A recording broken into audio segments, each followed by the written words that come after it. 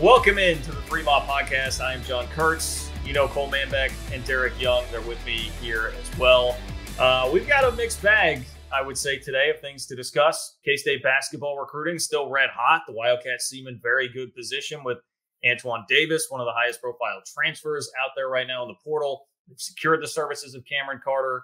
Could a five-star visit still be on the way? We have updates on that. There's a lot of ground to cover as far as what is happening with Jerome Tang and company. It is going to be really exciting to continue to talk about that. Getting some great coat vibes from back in the Michael Beasley days. Plus spring football.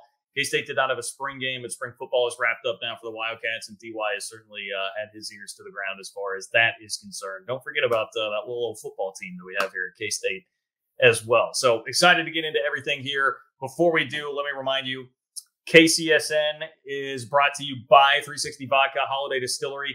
And the great folks at Holiday Distillery now have some bourbon coming out as well, which I think is going to perk up the ears of everybody that is involved in this podcast right now. When I got sent this read today about the fact that Holiday Distillery is about to unveil their bourbon here in about a month, they underwent a $10 million renovation, by the way, in 2015 to start distilling bourbon. But when I heard that, I was like, well, this is perfect. I mean, not that we don't appreciate vodka, but DY, I just assume you're probably drinking bourbon right now, and I assume that Cole had 7 of them yesterday and woke up perfectly fine today because he doesn't ever get hungover. But you should definitely check out the Holiday Distillery bourbon when that does come out there. I'll cede the floor, I suppose, to you guys right now if you'd like to defend your drinking habits. I'm actually drinking water right now. I would like to point out we got a nice little logo now too, a little 3 Mile. We do. That 3 Mile logo looks great, man. It looks great. I'm sure it looks even better to those of you that are listening on Apple Podcasts, Spotify, or Google Podcasts and can't actually see it. I am drinking water too, John. I just got out of helping Coach Brody's Little League practice, so couldn't be drinking before that. And as you know, Sunday is a day. I'm not a Sunday fun day guy. I drink more on Thursdays through Saturdays. Okay, yeah, fair enough. Fair enough. But as you know, I could go pretty aggressively and be just fine with you guys on the road trips that we've been on. It's infuriating. Let me tell you, everybody, I remember a trip to Austin once upon a time, back in the Power Cat Game Day days when we're getting ready to do pregame radio. And Friday night, we went out and hit 6th Street, which not only did we hit 6th Street, but Cole made me go to like dirty 6th Street, like the real collegey part. And man, just slamming whiskey sevens all night and woke up like it was nothing. Meanwhile, I had about half that. You know, I'm usually a beer guy, and I am just dying, like trying to get myself up and ready for like a 6 o'clock kickoff. It was a night game, I'm pretty sure. And it was infuriating how quickly Cole was able to just flip that switch while I'm just guzzling coffee trying to make my brain work. So such a great skill set to have that I possess. It's really something to brag about. Don't get hangovers. Never thrown up from drinking, you guys, so you can hate me for that as well. Okay. All right. Well, I am excited for all of us to try the bourbon when it comes out from Holiday Distillery. In all seriousness, appreciate their support on the podcast here, as always. Where do we want to start? Because to be honest, K-State has gotten a commitment, and I don't want to overshadow Cameron Carter, who transfers from Mississippi State. We did talk about him last pod because it felt like K-State was on the cusp of getting him. To me, it all feels like it's about Antoine Davis right now, right? I mean, this is a guy coming in from Detroit Mercy, potentially, the son of Mike Davis, former Indiana head coach. Really talented, prolific scorer. One of the best scorers in NCAA history. And he had an awesome visit by all accounts on social media. That is the thing that seems to be generating the most buzz right now. So I'm going to start with that. DY, he's taking the BYU visit this week, which is unfortunate. He did not commit after what seemed to be a great time where he's tweeting about having brothers for life and Marquise Noel and Ish Massoud who are with him. How good should we be feeling here at this point in time about it? Because to me, let me just put my opinion. I feel great, but I also have this like K-State fan condition where it's recruiting and K-State. And so I am conditioned to be very pessimistic about it, even though my brain is telling me all the signs here are that he's going to be a Wildcat. Yeah, you are a victim of PTSD is what it sounds like when it comes to Kansas State recruiting. I think there's a reason to definitely feel optimistic and feel good about their chances. you would think that Maryland and Georgetown would be your more robust competitors than BYU, at least on the surface to me, especially when we're talking about basketball. Like football, yeah, maybe BYU can put up a fight. Basketball, realize it's an improving program, but it's in the West Coast Conference with Gonzaga, of course, but I believe so, right? West Coast Conference in basketball. And so I guess I just failed to see Kansas State losing out to BYU in that scenario, especially when they outdid Maryland and Georgetown. According to Antoine Davis, right? He was the one that said this is the best visit I've ever had after he had already been to Maryland and Georgetown. I think it was like 3 visits back to back to back too. So easily comparable, and the Wildcats fared well. A little surprised to still taking that BYU visit, but they definitely seemed like they're, proceeding through this, with the structure, with the plan in mind that wasn't going to fall off track just because they got caught up in a visit. I think perhaps a high schooler would have, and let's remember he's been playing at the University of Detroit for his father, so I doubt he relished in a recruitment out of high school the way that he can right now as well. Cole, yeah, I would echo that. Pessimistic like me, Cole, or are you going to be Captain Optimism? You seemed a little pessimistic, in the group text yesterday. But I was just a little annoyed that he didn't commit. I would love to get another commitment on the board, obviously, and he was clearly blown away by his visit and would have loved to have gotten that wrapped up. But it's going to carry on for a little longer. I don't think BYU is a legitimate threat. I mean, shoot, he tweeted out the picture initially on Twitter with his top 4 and said BYU is also in this, but they're not in the picture. And then he got one up on Instagram later. But I think you got to get the picture there that probably not the greatest threat. I mean, the one thing BYU does have is a lot of money, right? They've got rich alums, and so they'll probably throw an aggressive NIL deal at him. But, we'll get to this later on in this podcast. I don't think Kansas State is in a position where they can't do the same. I think K-State will be very aggressive on the NIL front as well, and name, image, and likeness, and he'll have probably a pretty good deal from someone with Kansas State in the business. So I feel good about K-State's chances to land him. Just would have loved to have gotten it wrapped up and got another commitment on the board. But I think eventually it comes in K-State's favor. The one thing I'll say, Coach Tang talked about Kansas State fans, the reason they're going to get guys, they have the best fans. And boy, did they follow through on social media in terms of the engagement of Antoine Davis's visit. I mean, the engagement, the interactions on social media, Twitter, Instagram, just completely blew away anything that he had from his Georgetown visit, his Maryland visit. When he posted about the visits, I mean, Georgetown, Maryland combined for like 1,300 engagements total. And all of his Kansas State posts went over 3,000 engagements in less than 24 hours. So, he knows that Kansas State fans, there's just a different level of atmosphere and environment here. He'd be the big man on campus if he came to K-State. And I think ultimately K-State will win out in this recruitment. It's a huge deal. I mean, 22nd all-time leading scorer in college basketball, averaged 24.6 points per game in his career. He's a tremendous player. It would be a huge get. Well, the funny thing is, like you said, I mean, the fan base has rallied around this cause so much. Like, there was a huge rally and outpouring after the press conference, right? And, jokes from the rest of Kansas City media aside about how pumped everybody was about the press conference. I mean, legitimately, you had reason to be very fired up and excited. And then there was like the dip, right? Well, the assistants get hired and you find out in particular about Urick and you're like, man, like we just took Chris Beard's top recruiter. This is great. This is awesome. And then there's a couple week period where nothing happens. There's no commitments. People, I don't know if like wavering is the right word, but people were antsy. And so then you get bam, commitment.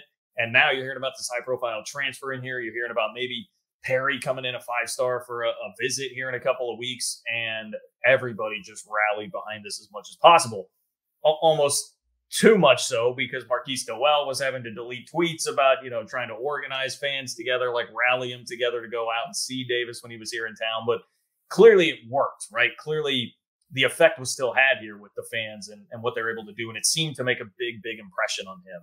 And, we're in this interesting place where it's like everything in recruiting feels like just the wild west with NIL, obviously the transfer portal, how many kids are in there. It almost feels to me like there's this other element of it now where it's like Now all the fans are trying to get involved. Social media is being weaponized. And I mean that in like a positive way here in this sense for K-State.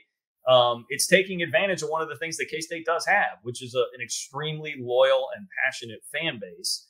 So it's just been awesome to see that K-State can utilize that as a piece of what they do have to offer. Well, at the same time, fans do know, hey, we're being competitive for these guys because we're also ponying up the money. Like the high dollar fans behind the scenes are coming together and ponying up some NIL bucks.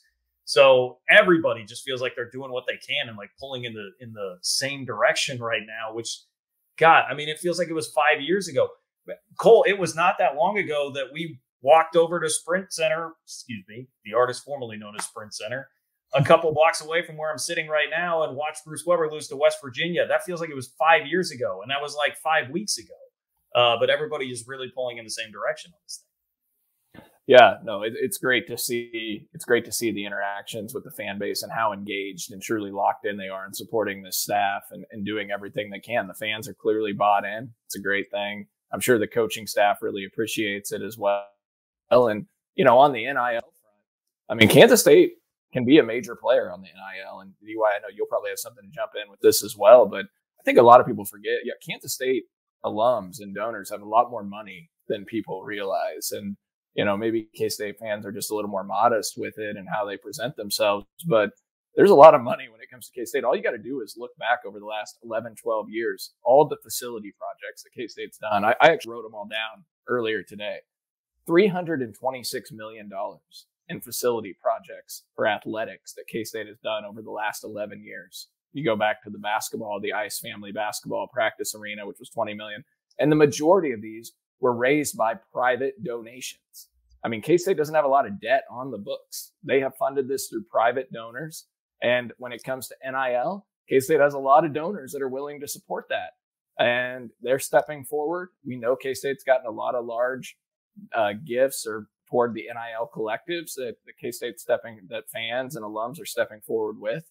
And so the money is going to be there. K-State's going to be competitive in this landscape, this new era of college athletics. And I think it's an exciting time. And it's also an interesting landscape. I mean, I can see why some fans may not like it because it is the wild, wild west. And, a lot of kids are going out to bid. But I certainly think K-State will be a player in that market.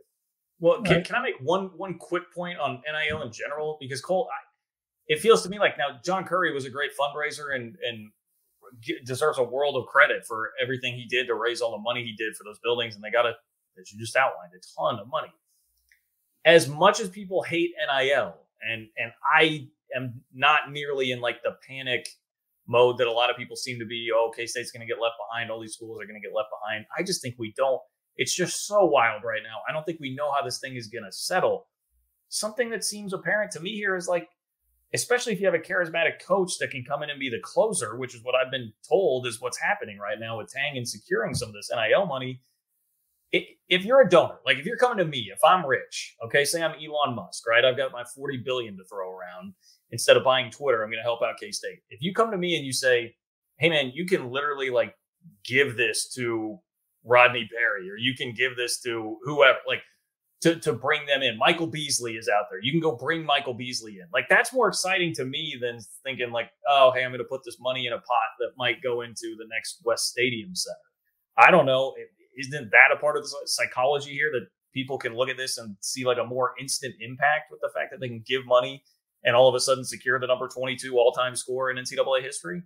Well, I think the thing is that Kansas State is in a great place because they've gotten all these facility projects done, that their facilities, the arms race when it comes to facilities is in such a good place. They're not going to have to spend a lot more revenue or raise money toward those, right? Here in the near future, the volleyball arena, the indoor football, all of that's going to be complete. The football stadium is in great shape.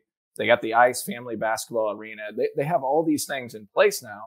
And so you've already got great facilities. We look at the University of Kansas and their football stadium, they're going to have to pour $200+ million into to make that thing into a nice stadium. I mean, K-State has gotten ahead of the arms race. And the thing they've done with facilities is they've got a lot of revenue producing seats that were part of the facility project. So you look at the Shamrock Zone and the West Stadium Center, which were all funded by private donations and athletic and seating revenue.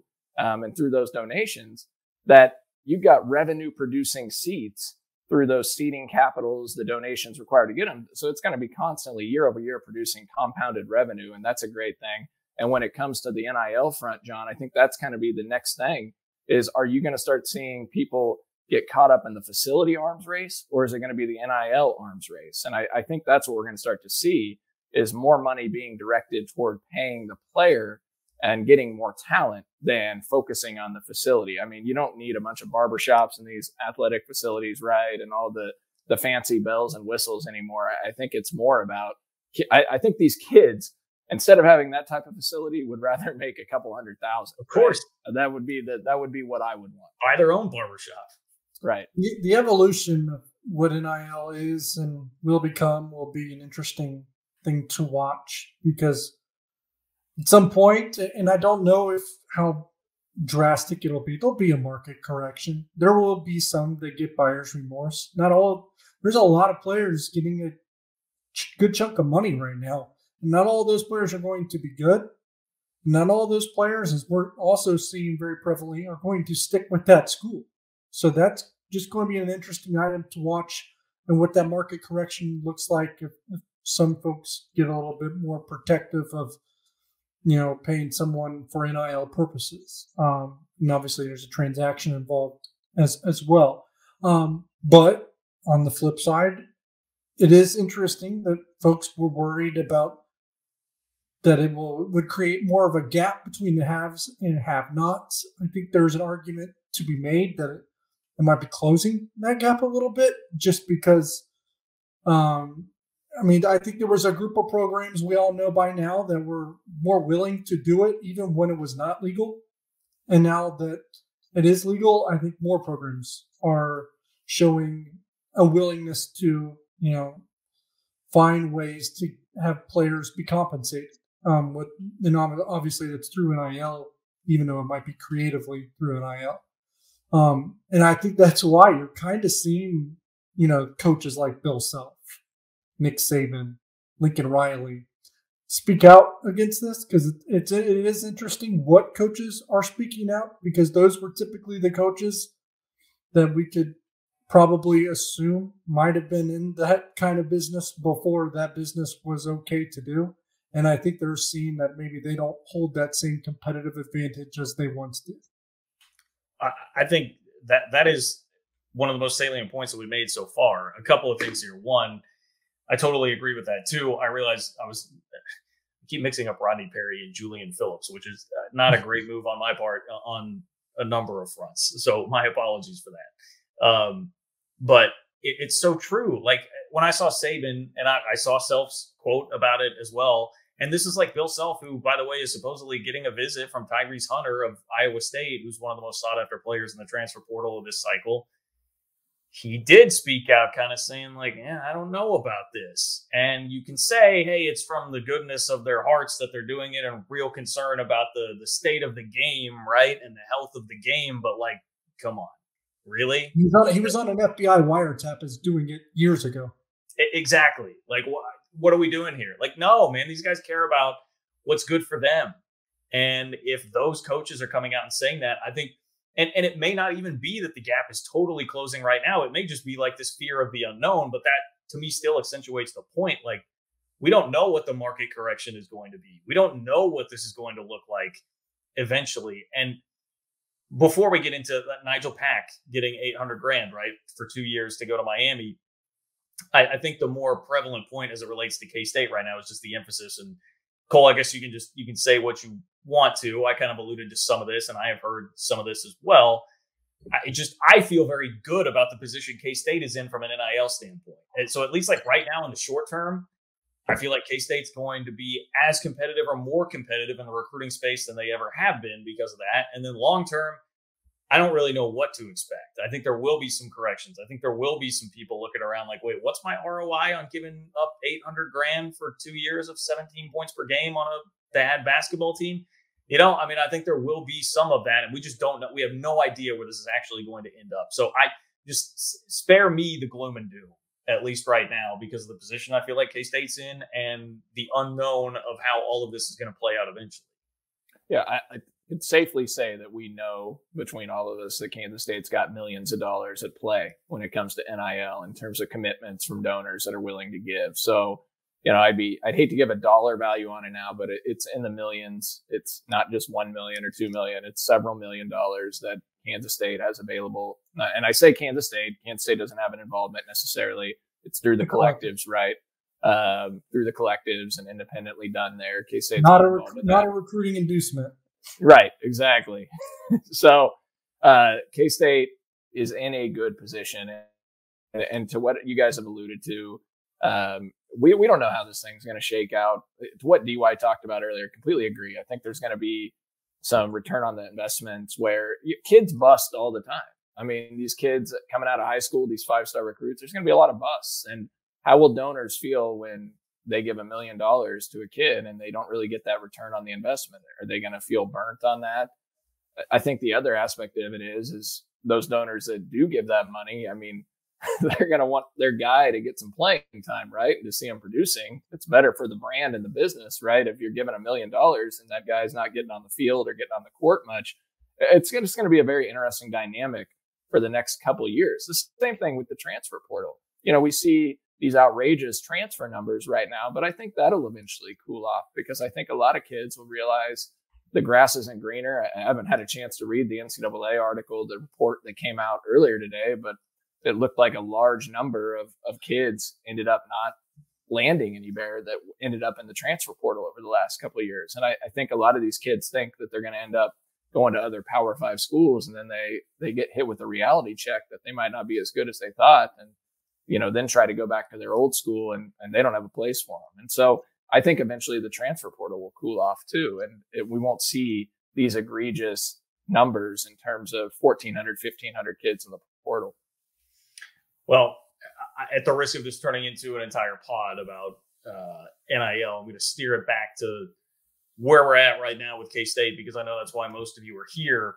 Let me raise this question, Cole. I am 1,000% on board for Davis. I mean, K-State needs bodies that can score the basketball right now. That much is apparent. And if you can bring in a top 25 scorer all time in college hoops history, I'm not going to ask any questions regardless of level of basketball, et cetera. But how worth it is it? How worth it is it for K-State to shell out a bunch of NIL money for this guy? I know you've done a pretty deep dive on his efficiency numbers to go along with those scoring numbers, because it can be tough to know how that's going to translate. I think you look at the competition K-State's been up against and you feel pretty good about it. I think the obvious just need that K-State has in general, as I mentioned, makes it a no-brainer. But how do you dissect how efficient those scoring numbers actually are and how well they'll translate to the Big 12 level if K-State is to land in? Well, and I got to give a lot of the credit here to our guy, KSU_fan on Twitter, or also real name Jimmy Goheen, as he helps pull all this together. He's really our go-to expert when it comes to basketball analytics and the efficiency numbers, and we rely on him heavily in our group chat on that. So I ran some of this by him because I wanted some feedback. And, if you look at Antoine Davis's numbers, 53% effective field goal percentage this past year, that's really good. Anything over 50% is solid. You look at Fan and what he had pulled together in terms of usage rate, et cetera. He had one of the highest usage rates in the country. He took 35% of his team's shots, yet his offensive rating was 112. And again, anything over 100 is decent. 112 is really good. Each of the last 2 years, he had an offensive rating of 112. And so those are really good numbers. And when you factor in that he's been on a team without a lot of talent, he's going to become on a team with a lot more talent, right? We don't know who all is going to be on this roster, but I trust Jerome Tang and this coaching staff that they're going to build some talent around Antoine Davis. And he's going to have a point guard in Marquise Noel that enables him to get off the ball a little bit more and gets him some better shots probably. Because if you look at the highlights of Antoine Davis, he's doing a lot of shot creation on his own, which is what that usage rate gets back to. He's got the ball on his hands a lot.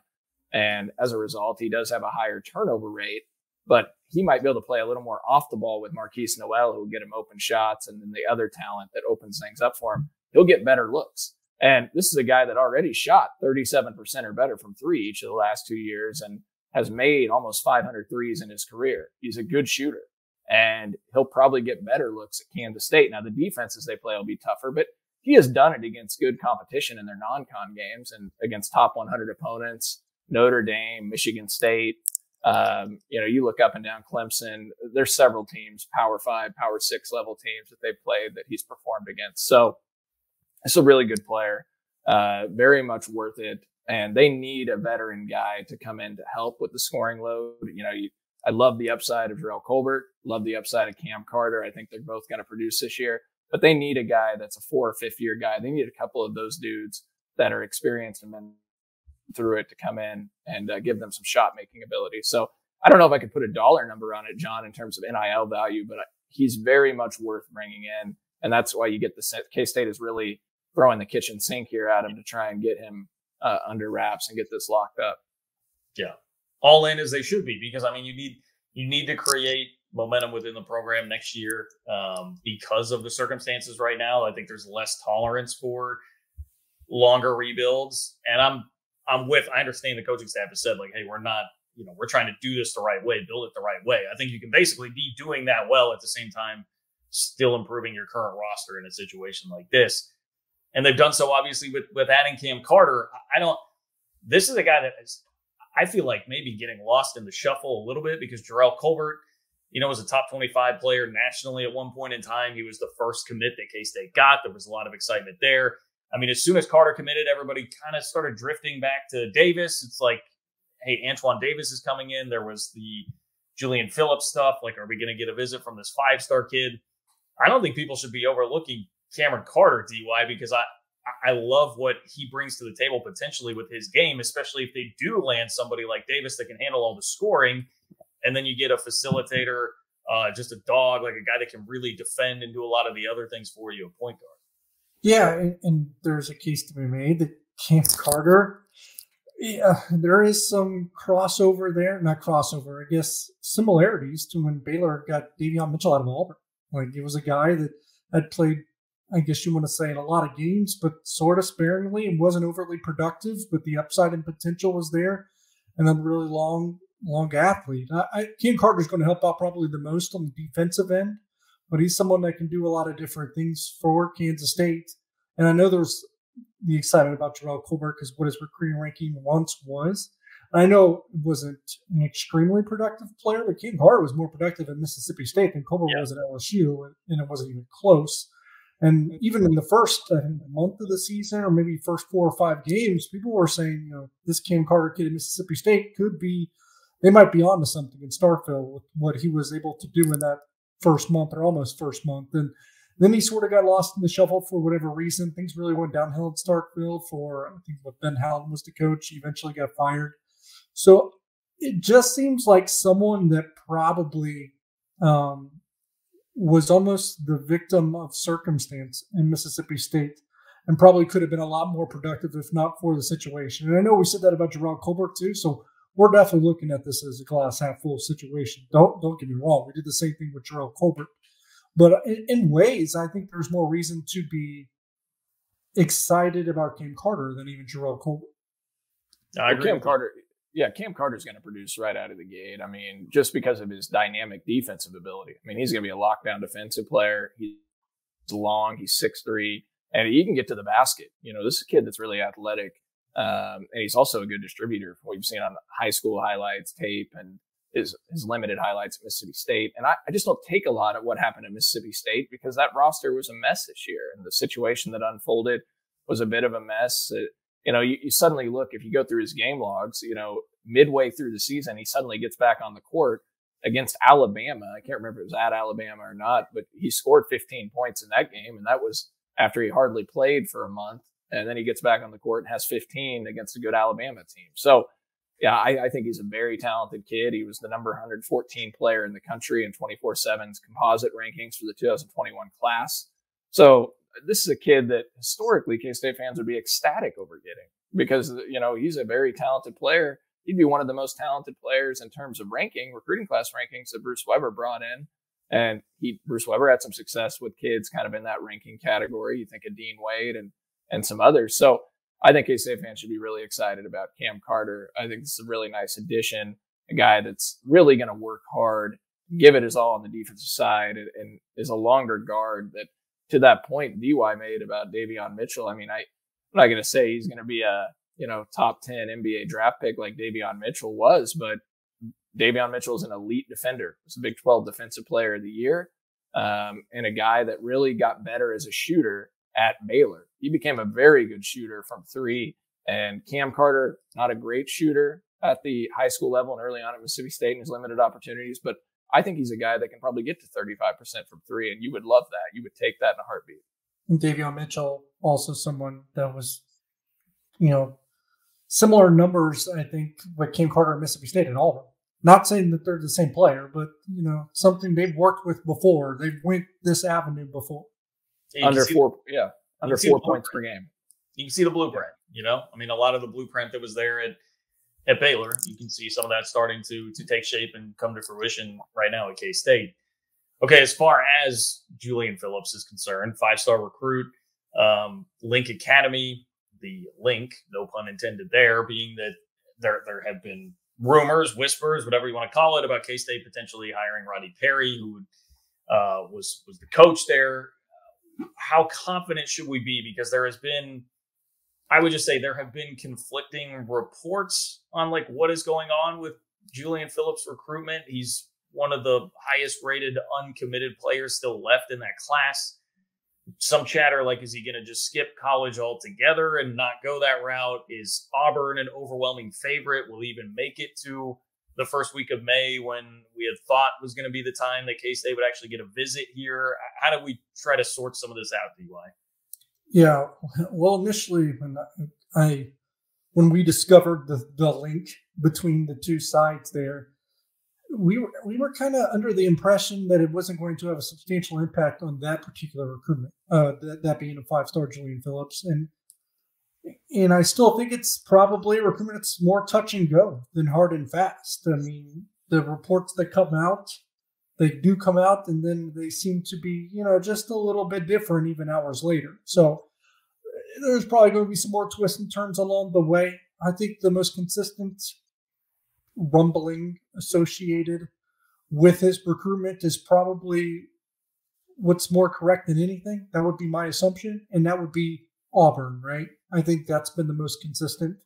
So if anything were to happen, I would put the strongest confidence on anything. It would be for him to pick Auburn. Will he visit Kansas State? Depends on who you listen to. I think that there's been conversations and a dialogue and a discussion about that coming to fruition. Is it a hard and fast yes? No. Is it a hard and fast no? Probably not that either. Like I said, this is a recruitment that's probably more touch and go than it is hard and fast.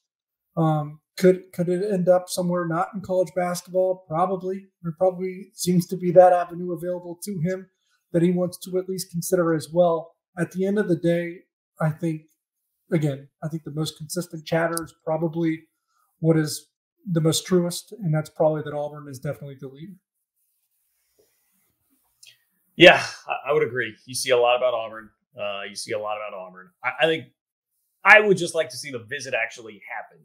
This is not somebody I'm counting on coming here, but it's been exciting just to be in the conversation again. Like I said, it gives me those vibes of when K-State had Bob Huggins coming off of the year where he was unaffiliated and could basically just recruit Bill Walker, Michael Beasley, OJ Mayo without having a school to come to. And K-State's being mentioned with not only Beasley and Walker, who they got, but Mayo, Kevin Love, DeJuan Blair. And it was this wildly exciting time. There are some shades of that here. And I would just, especially with seeing how much Antoine Davis loved the visit and how the fans got behind it.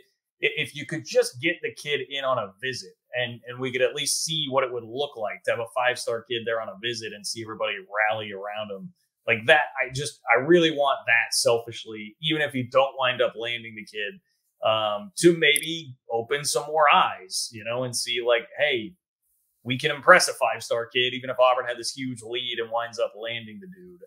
I would just like to see that part actually come to fruition. It is interesting being on the other side of that while it was happening, that you remember those days, because I was actually in Ohio as a high schooler and playing against those guys, OJ Mayo and Bill Walker. So it is interesting hearing your guys' perspective on that of having Kansas State, because we even knew the entire time, Bob Huggins is there recruiting these guys, even though he's not employed.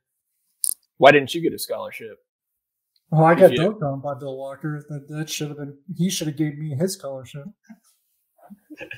That's awesome. I mean, DY, if you could have given Bill Walker your knees, that would have been nice as well. You know, we were only down 10 at halftime, still lost, and this was the regional final to get to the state semifinal. We still lost by like 41 points, I believe, even though we were only down 10 at halftime.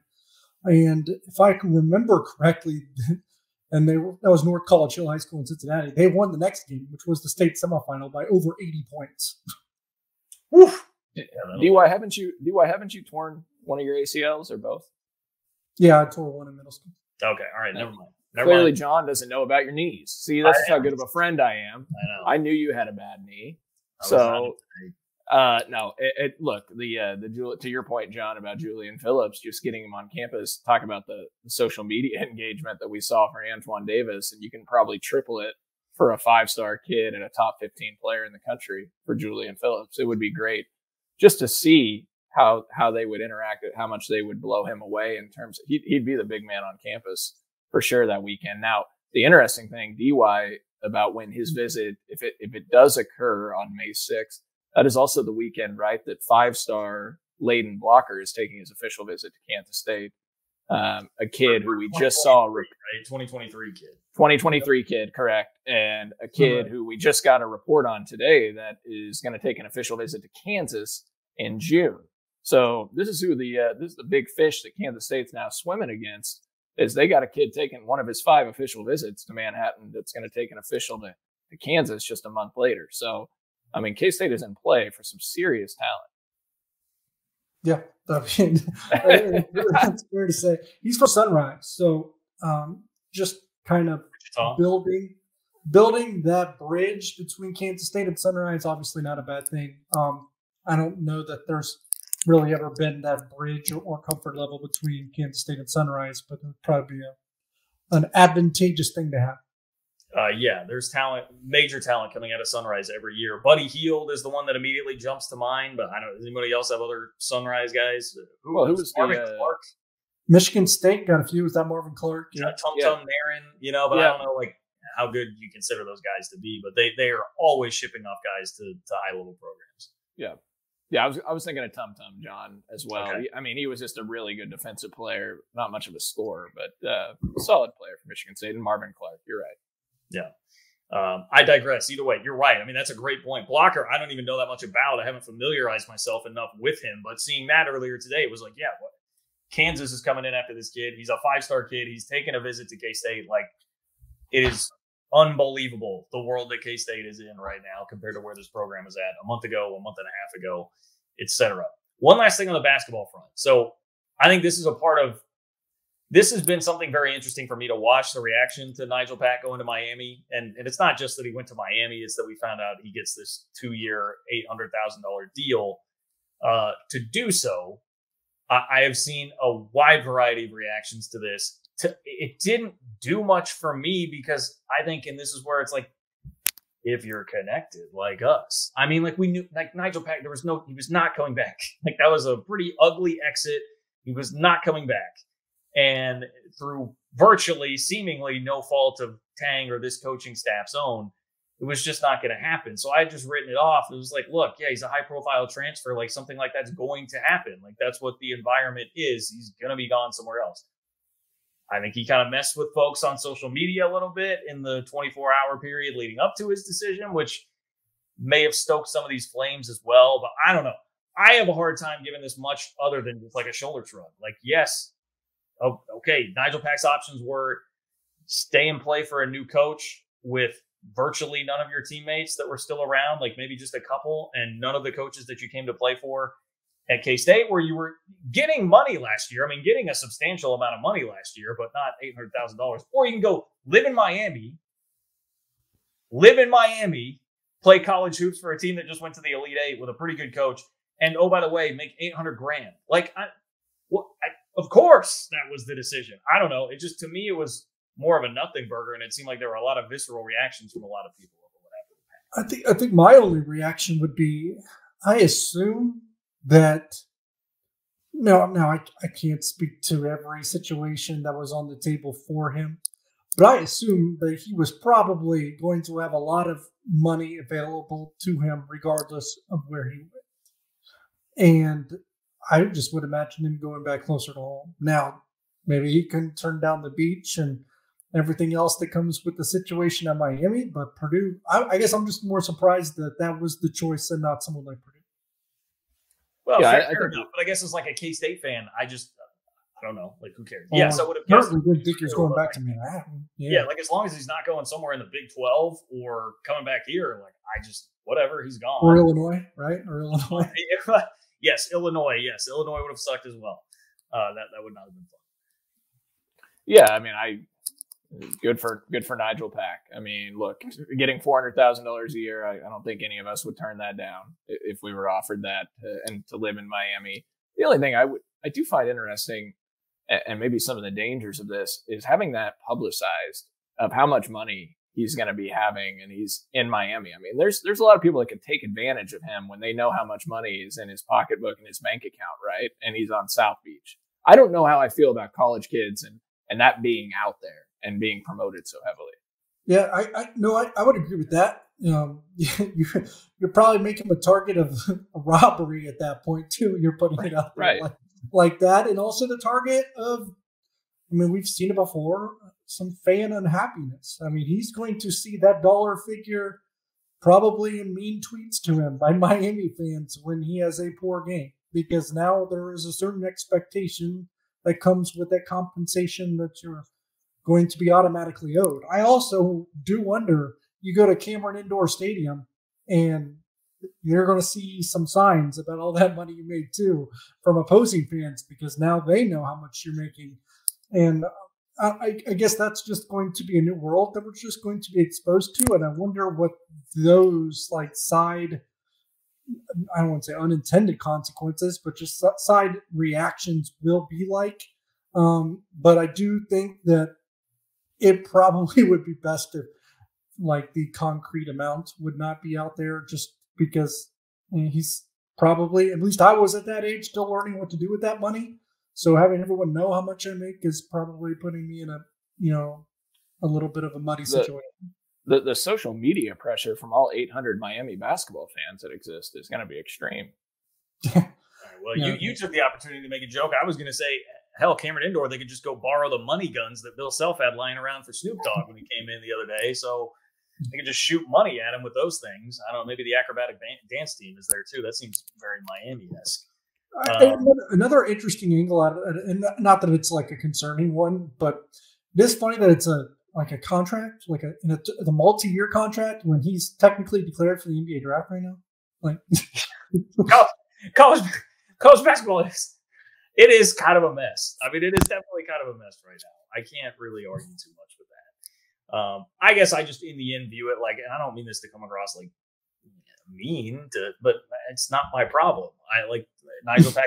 And by the way, Nigel Pack has a pretty good head on his shoulders and seems to have very good parents. Like I understand this is more of like a global point and there are kids that wouldn't be as well equipped to handle it. I'm not all that worried about Nigel Pack handling it because of who he is and what his situation was.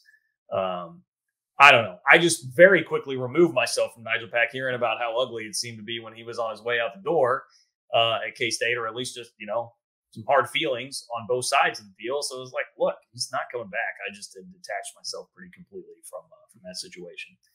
It's over. K-State's in play for 5-star recruits right now, and one of the most high-profile transfers that's out there that's an elite scorer in the country. Just moving on. We've taken a ton of time with basketball here. Football-wise, there was no spring game. I don't know if people are I think because basketball is so hot right now, I didn't see a whole lot of complaining or discussion about the fact that there was no spring game. They're still there a little bit.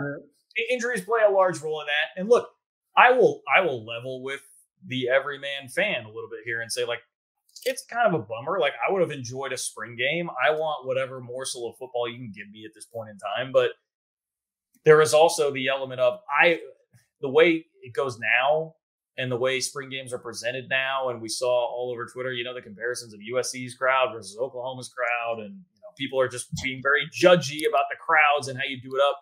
It would not have been a monster crowd for a spring game. I just feel like you got to do the spring game really well, or maybe just don't do it at all instead of half whatting a spring game, which it felt to me like that's probably what this would have been. K-State was really injured. There is, I think, excitement for the team next year, but it's not like Oklahoma levels of excitement right now, where they were able to fill whatever it was, 50,000 plus into Gaylord Memorial Stadium. Was it 70? Was it over 70? They had north of 70,000 there. Okay, and that is. By the way, good guy who's been hating on Venables in Oklahoma. That is a great look for Oklahoma. That can do a lot for you. I legitimately do think that. But K-State was not going to have that. No, K-State was not going to have that. If you're not going to have that, then is there really worth in doing it? I don't think so, because, K-State's going to have a fraction of that. And I think you have to have some self-awareness there to whether to do it, try to do it that way. And if you can, whether you should do it or not. And I've never had a problem. Chris Clemens never had a spring game. He had a spring showcase one time, and coincidentally that was the day that Deuce Vaughn committed to Kansas State, though he was not a big commit or thought of as a big time prospect at the time. He picked Kansas State over Arkansas and Missouri at that spring showcase. So ironic how things work out in that way. But yeah, no big deal to me. For the fans that are still kind of upset that they don't have that, I saw 2 different practices, the first 20 to 30 minutes of them. You're not missing much. They were that banged up, and so there wouldn't be a whole lot to glean from what you may or may not have seen in that thing. I will say this, for the whole spring game, our crowd is bigger than your crowd kind of thing too with that. And I guess I'm going to take a veiled shot here at Oklahoma. First, stop worrying about USC a little bit. It's not a good look that you're so consumed by them, and they're not in your conference. They're not going to be in your conference. They're not even in your time zone. And second, I don't think Oklahoma's landed a commitment since then, and now it's supposed to be like a big recruiting splash event. And when I say splash, it's supposed to cause like a rush of commits, right? I don't think I've seen any. In fact, I think they've lost a kid to Texas, so it's interesting to look at it that way. Ohio State tried to do it. I forget what year it was. I covered Ohio State, and they had a spring game crowd north of 90,000 one year. They just tried to do it real big, and the only commitment they got from that event was a guy that they were always going to get. It was Joey Bosa. There was no scenario where they weren't going to get Joey Bosa. They did. I think they got another kid that ended up decommitting. So I think those are just overrated recruiting events in itself as well. If you can do it big, if you can get huge crowds like that, good for you. I've never been a big fan of spring games. I can't get into them when they're televised. I don't get into them. I don't get into them when I'm attending them. It's hard for me with you're just watching drill work and basically scrimmage against your own team. It's nice for 20, 25 minutes, but you're not going to see Deuce Vaughn out there taking hits. You're not going to see Adrian Martinez getting hit, Felix sitting out. All your star players would be sitting this thing out, and you'd probably have 8,000 to 9,000 people there, and that's not going to blow anybody away. So I think it's better just to not probably have it. But DY, to your point, the kid then ended up going to Texas, just taking that back to Kansas State recruiting. That's a guy that was thought to be an Oklahoma lean, that was a running back, right? A 4-star kid, top 100 borderline recruit. And how will that sway the Dylan Edwards recruitment in your eyes? And, obviously he was at the OU spring game. Yeah, we're talking about Trey Wisner, a 4-star running back from Waco, was thought to be an Oklahoma lean. I don't know where committed to Texas over the weekend. It's interesting. It definitely maybe leaves a hole there that Dylan Edwards doesn't have to be as concerned over. Maybe it takes away a concern. Initially the feedback that I've gotten is that it doesn't really change things, the dynamics a whole lot. I think both sides.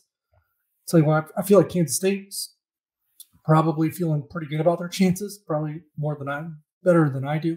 And when I kind of go to the Oklahoma side of things, I think they're a little bit more feeling like it's a little bit more 50-50 torn kind of thing. So it's interesting just to view it that way, because I think most people with the naked eye, like just a fan, just watching it, unfolding it, from at least the impression I get is a lot of fans think he's gone and not going to K-State. And I think it's a much closer battle than they realize. I don't know if it's PTSD or just assuming you're not going to beat Oklahoma for a kid, which is what it is on that, I guess. But I think Kansas State, they are not a foregone conclusion to come out on the losing end. I don't know who I would pick. I go back and forth, but they're more in it than I think they're giving credit for. I think DY part of it, right? K-State fans are getting a little impatient with the Avery Johnson and Dylan Edwards recruitment, but I think a lot of that probably goes back. We've been hearing about these guys for so long. People forget they were being recruited as sophomores in high school. Right. I think Bill Snyder didn't want to recruit anybody until they were like halfway through their senior year. So I think they were almost unfairly treated in that way. They're like, man, they're taking forever. Well, K-State has 3 commits total, so everyone's taking forever if you look at it by using that logic. The issue is that they've had offers for so long because they're that good. Look, Dylan Edwards, I'll be honest. I believe you. I fully believe you that K-State is very much in this recruitment.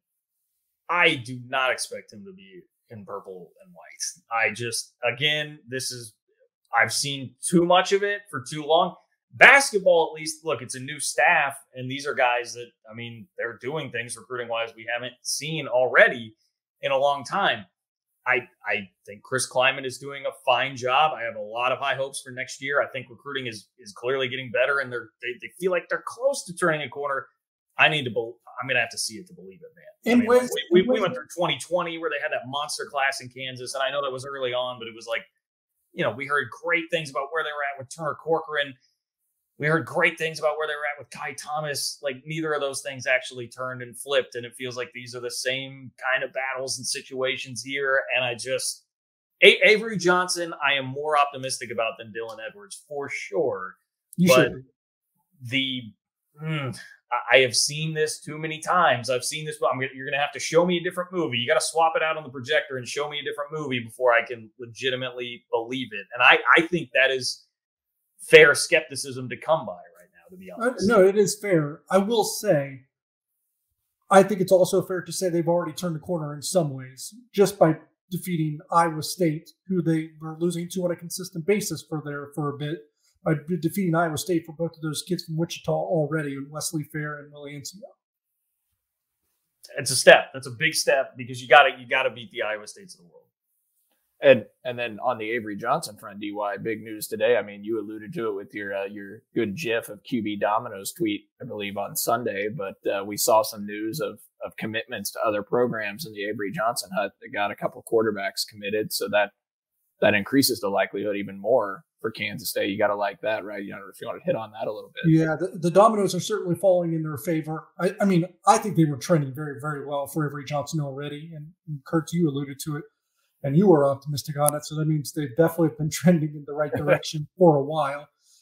And some people are saying, "Oh, it's happening because everyone else's backup plan." I don't buy that. Maybe in a few cases, some cases, but not all of them. I think they were. I mean, it's been going for months. Like when they started to really turn the corner, and it almost coincides, if you really want to pay attention and look into it, when Colin Klein took over as offensive coordinator and just kind of started to get that ball rolling, that the offense was going to be, for a lack of a better term, more fun, right? So I think that's really when it started to shake the leaves of that recruitment the most. But having Ole Miss find their quarterback and Marcel Reed, Arkansas land Malachi Singleton. Yep, I mean, these names probably don't matter to you as a K-State fan, but he's from Georgia. Those two were contending for Avery Johnson, and they wanted Avery Johnson, absolutely. And to say that they didn't would be wrong by some folks. But now that they got quarterbacks, and probably, Shepard's another one to Oregon that could have ended up being a player for Avery Johnson as well, especially since they had just offered Dylan Edwards. So everything, I guess the right pieces of the puzzle, they're just all coming together that you would think, I mean, something would have to go really, really wrong, or at least change in a very significant way for me not to feel confident for Kansas State's chances. Well, I think that's a nice note to end on. Some optimism from DY. I'm sorry to be the pessimistic one. Look, if they land him, I'll throw a freaking parade in the street. Well, by the street, I mean Twitter. I mean, I'll do it. I'll be all over the place. No, I thought you were going to say you were going to throw him NIL money. I thought he was going there too. Oh, well, I don't really have much to give. You know what? I actually have said this before. What I would do is I would give them a yacht club membership to Mojo's. That is the NIL collective I would like to start to the best bar around in Manhattan. Is offering a boat ride on Cole's boat? Is that part of our NIL? that's part of your guys' NIL fund and reimbursement is you'll get to come. Maybe Yeah, we'll record it. I feel like I've been waiting on that for a while. The check never really cleared or cashed or anything on that. I don't know. I've been waiting for a while. Well, I tell you what, maybe we'll do a 3-mile pod on the boat this summer. Now that's an idea. So there you go. That's an idea. That could get a little interesting. You guys might have to be able to censor some things. So. Well, what about can we like auction off a spot on the Fremont Manbeck boat trip and then use that for some NIL money to try and tilt the scales? Do our own little Power Cat auction. Should we open up my mother-in-law's quilting retreat on the Council Grove City Lake for a recruiting weekend? Yes. I should have donated that to the Power Cat auction this weekend. Quiet Waters Loop recruiting weekend up for bid. Cole Manbeck and DY and John Kurtz will take you out on the 175 Bayliner from 2007. We'll take you on a little fishing expedition too. Man. And you know what? You know what we'll be drinking? We'll be drinking that new bourbon that's coming out from Holiday Distillery and maybe some 360 vodka as well, because we appreciate their support as always here on the podcast. All right. We'll wrap things up mercifully for the sake of Tucker Franklin, who does great work behind the scenes. As always, for Derek Young and Cole Manbeck, I am John Kurtz. Thanks for listening. Talk to you soon.